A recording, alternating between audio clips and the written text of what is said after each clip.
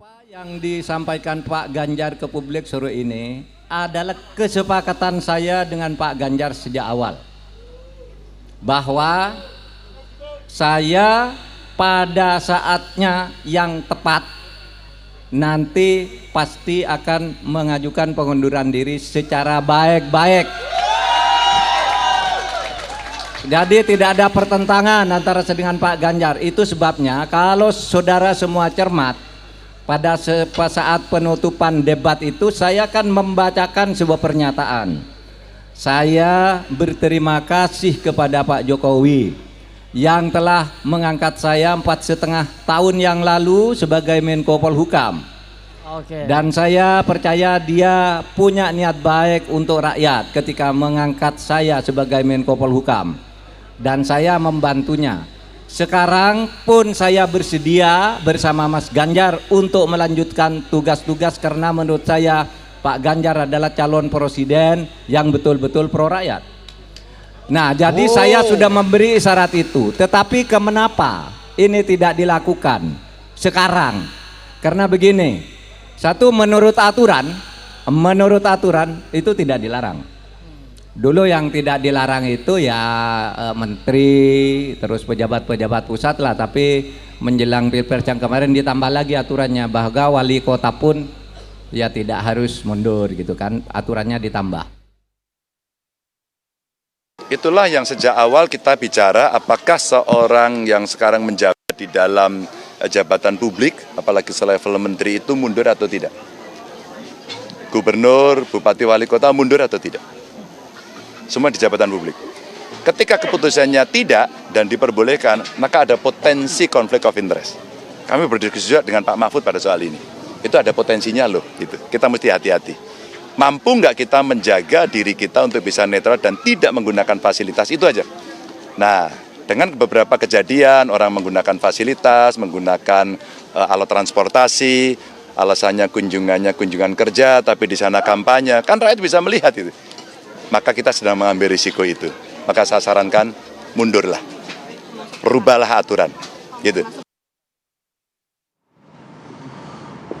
Ya, pernyataan Cawapres 03 ini, Mahfud MD mengatakan bahwa akan mundur dari kabinet di waktu yang tepat. Kapan itu di waktu yang tepat, dan juga apa alasan Mahfud MD untuk memilih mundur dari kabinet? Kita akan bahas mengenai hal ini dengan beberapa narasumber yang sudah hadir di studio. Sudah ada Bang Habibur Rahman, Wakil Ketua TKM Prabowo Gibran. Selamat pagi. Selamat pagi, Bang. Assalamualaikum. Waalaikumsalam. Kemudian juga Mas Pangi Syarwi, analis politik. Selamat pagi, Mas Ipang. Pagi, Mbak Rati, Bang Bayu. Kemudian juga ada Mas Hasto Kristianto, Sekjen PDIP. Selamat pagi, Mas Hasto. Assalamualaikum, Mas Hasto. Selamat pagi, apa kabar? Waalaikumsalam. Baik. Kemudian juga ada, terima kasih waktunya, dan juga sudah ada Mas Irfan Pulungan, tenaga ahli utama KSP. Selamat pagi, Mas Irfan. Selamat pagi semuanya, Mas Hasto, Bro Habib, Iya, Mas baik. Apa kabar? Terima kasih waktunya, Bapak. Saya mau ke Mas Hasto dulu. Mas Hasto, kalau melihat pernyataan dari Prof. Mahfud kemarin, apakah ini juga sudah hasil diskusi dengan PDIP? Terus kapan waktu yang tepat sebenarnya? Dan apa alasannya untuk mundur dari kabinet Joko Widodo? Apakah memang ada ketidaknyamanan di situ atau bagaimana? Sebenarnya sudah dibahas sejak awal ya, ketika penetapan Prof. Mahfud sebagai calon wakil presiden. Hanya saja saat itu kita percaya bahwa di dalam pemilu yang sudah berlangsung secara periodik, setiap calon pemimpin negara itu bisa memberikan keteladanan. Maka Prof. Mahfud dengan kredibilitasnya yang sangat tinggi, kami yakini bisa memberikan keteladanan untuk tidak menggunakan fasilitas negara. Dan itu dilakukan secara konsisten oleh Prof. Mahfud.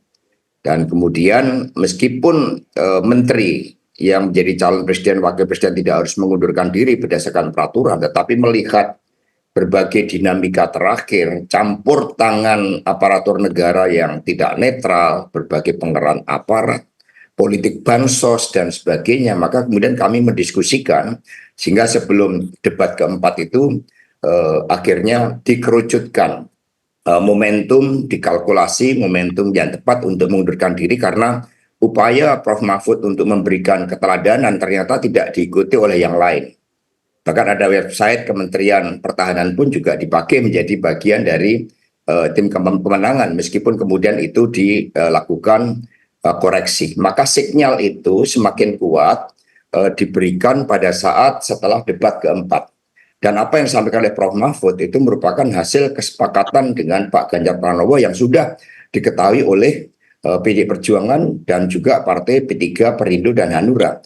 Kapan momentum yang tepat? Nah, kita akan melihat karena berdasarkan analisis lembaga survei, pemilu untuk satu putaran berdasarkan peta saat ini itu tidak sesuatu yang tidak mudah, meskipun rakyatlah yang akan menentukan satu putaran atau dua putaran. Sehingga kami akan melihat secara dinamis dengan melihat berbagai resonansi politik yang muncul dengan melakukan kalkulasi, tetapi situasional terakhir bahwa terjadi kecenderungan penyalahgunaan kewenangan itu.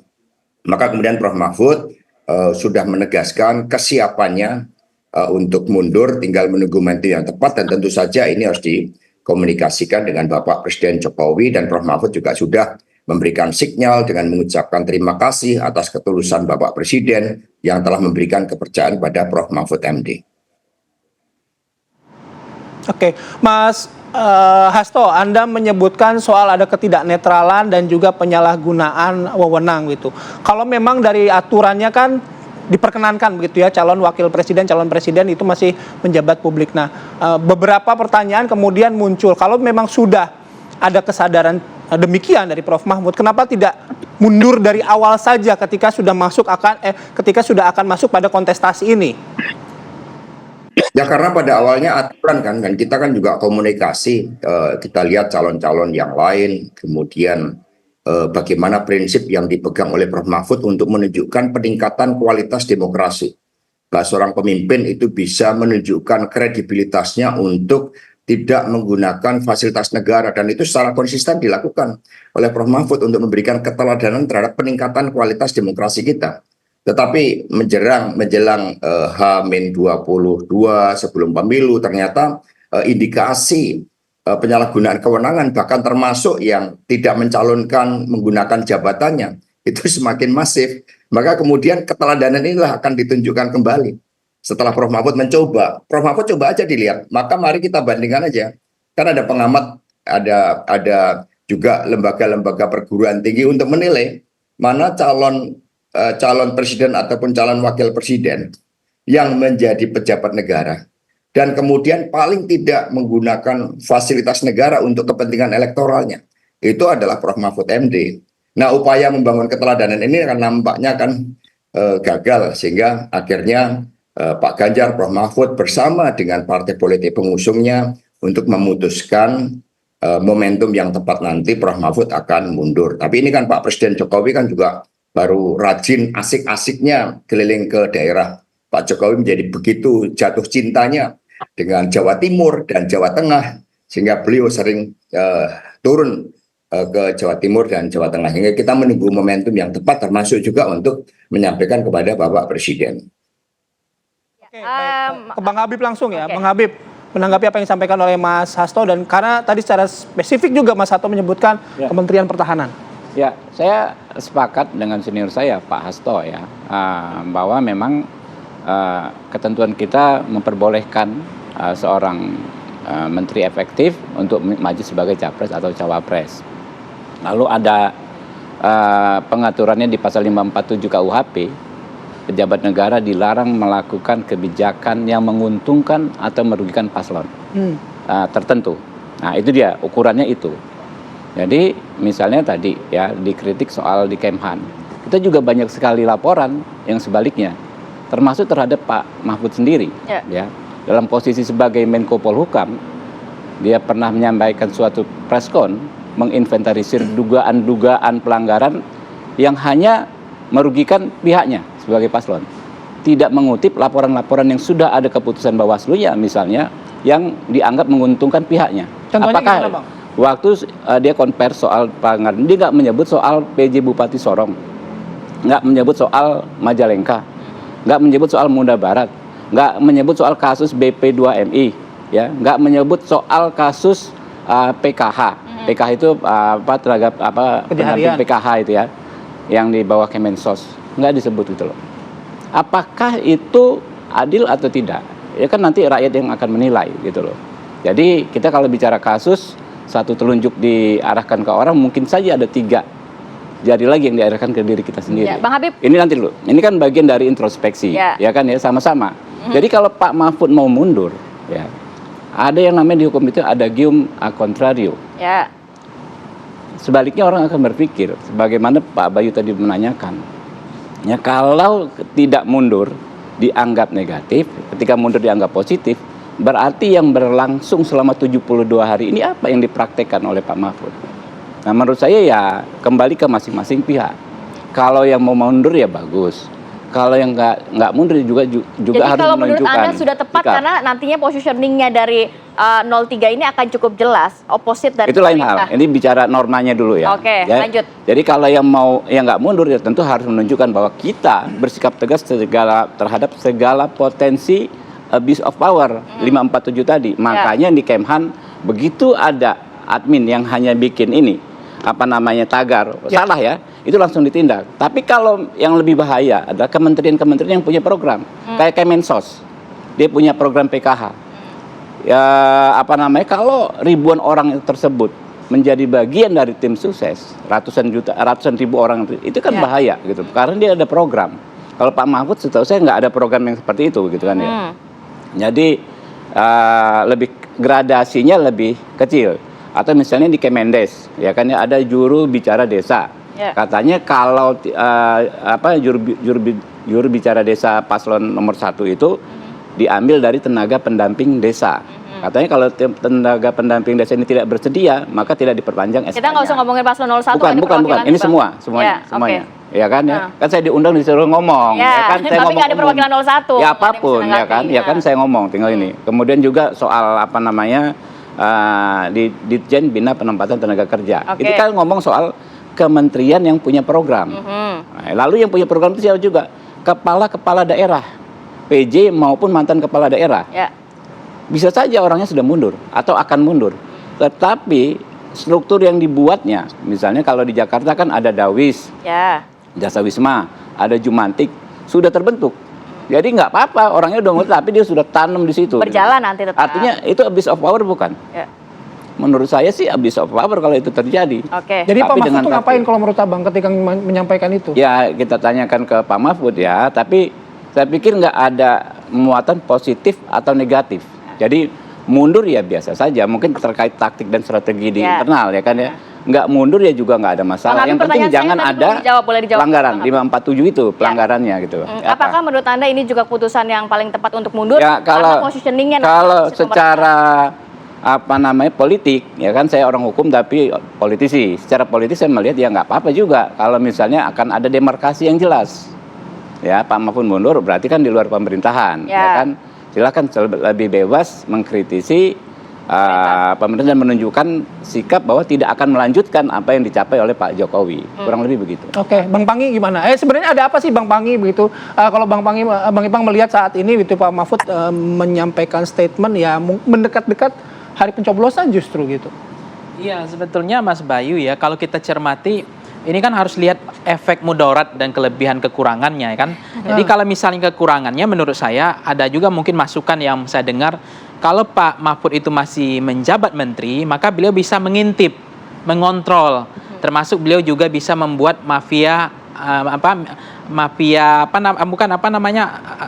satgas anti kecurangan ya kan. Nah, kalau beliau keluar dari situ, kan dia tidak mampu lagi untuk mengintip itu adanya potensi manipulasi, abuse of power dan seterusnya. Jadi keluar itu juga dianggap ada kekurangannya. Tetapi kalau misalnya dari awal saya memahami bahwa prinsip yang disampaikan oleh Mas Hasto tadi kan bagus ya. Jadi di dalam konteks demokrasi kan ada 2 hal, freedom yaitu tidak ada intimidasi. Yang kedua adalah quality in quality, jadi artinya kesetaraan. Nah dalam konteks ini bahwa memang ini pertama juga dalam aturan kita, sejarah kita bahwa calon presiden tidak harus cuti, tidak harus mundur, termasuk wali kota. Nah ini yang membuat mungkin beban juga, udah waktunya juga PDIP untuk mengingatkan memang aturan ini memang dari awal ada potensi inequality, ketidaksetaraan. Karena kalau dia ingin bertarung harusnya kan cuti. Misalnya mohon maaf Mas Gibran, kalau memang masih kader PDIP kan memang harusnya sudah ditegur karena beliau calon wakil presiden. Sementara beliau wali kota. Nah, ini juga menjadi pertantangan challenge bagi aturan ini. Mungkin ini adalah untuk menjaga bagaimana marwah martabat demokrasi itu adalah prinsip kesetaraan. Itu yang sangat penting menurut saya, ini harus duduk dulu konteks kesetaraan ini. Ini ideologi sebetulnya, ini prinsip konstitusi.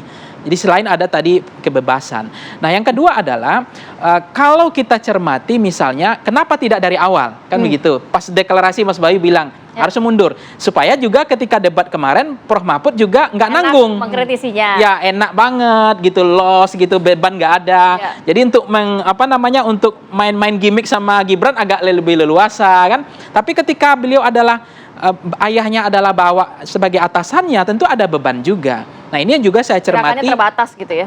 Terbatas. Nah, juga ada pertanyaan misalnya, apakah dengan mundurnya Prof Mahfud itu akan membuat instabilitas atau vacuum of power gitu? Karena ini Menko. Tapi kalau misalnya menurut saya sedikit banyaknya pasti ada pengaruh. Pasti Pak Jokowi juga menyiapkan orang penggantinya. Ya, pasti. Dan yang direct man and direct place atau second cabinet atau orang yang loyal yang pasang badan untuk presiden atau betul-betul memilih yang ahli gitu. Karena kan juga ada potensi hari ini misalnya ada menteri yang harusnya Menko Polkam yang menjabat itu inheren ya, menteri yang kemarin itu ada luar negeri yang dipilih interim itu yang dipilih akhirnya kan adalah Budi Ari kan. Nah, harusnya kan itu ke Menko Polkam. Nah, itu kan juga sebenarnya ada apa gitu kan. Itu juga mungkin membuat apakah Prof Mahfud juga sudah nyaman atau tidak nyaman lagi. Bayangkan ya Mbak ya, kalau setelah 14 Februari pun nanti Mbak Rati. Pak Prof Mahfud juga mau ngapain gitu? Untuk ke istana, untuk rapat, kemudian kan beban mentalnya juga ada beda. Jadi mendingan mundur. Jadi menurut saya mungkin beliau ingin lebih terselamatkan kalau mundur setelah 14 Februari justru akan jauh lagi ya kan. Jadi mungkin sebelum 14 Februari agak lebih baik lagi kan, walaupun sebenarnya sudah terlambat. Karena kalau misalnya hari ini juga ada cerita asumsi saya gosip atau apalah ya, menteri yang akan mundur yang lain Sri Mulyani, ada menteri yang Basuki, ada PUPR, ada menteri-menteri yang andalan lah, Retno dan seterusnya. Apakah itu akan membuat pemerintahan vacuum of power goyang atau tidak? Atau ada juga isu santer misalnya PDIP akan menarik semua menterinya. Tapi saya mendengar, mungkin Bang Hasto juga bisa jelaskan, jangan-jangan memang PDIP tidak setuju juga agar Prof Mahfud untuk mundur gitu. Tapi ini hanya karena Mas Ganjarnya, karena kalau mundur ya siapa yang akan mengontrol, mengawasi pemilu yang tidak curang ini, potensi abuse of power, dan ini adalah mungkin dengan adanya Prof Mahfud itu justru bisa mengintip potensi-potensi. Nanti kita akan tanyakan kepada PDIP apakah juga akan menarik menteri-menteri di kabinet Jokowi, dan juga nanti kita akan minta tanggapan Mas Irfan apakah saat ini Presiden juga sudah tahu nantinya Prof Mahfud akan mundur dari menteri kabinet Jokowi. Tapi kita tahan dulu ya, kita akan kembali saat lagi, tetap bersama kami.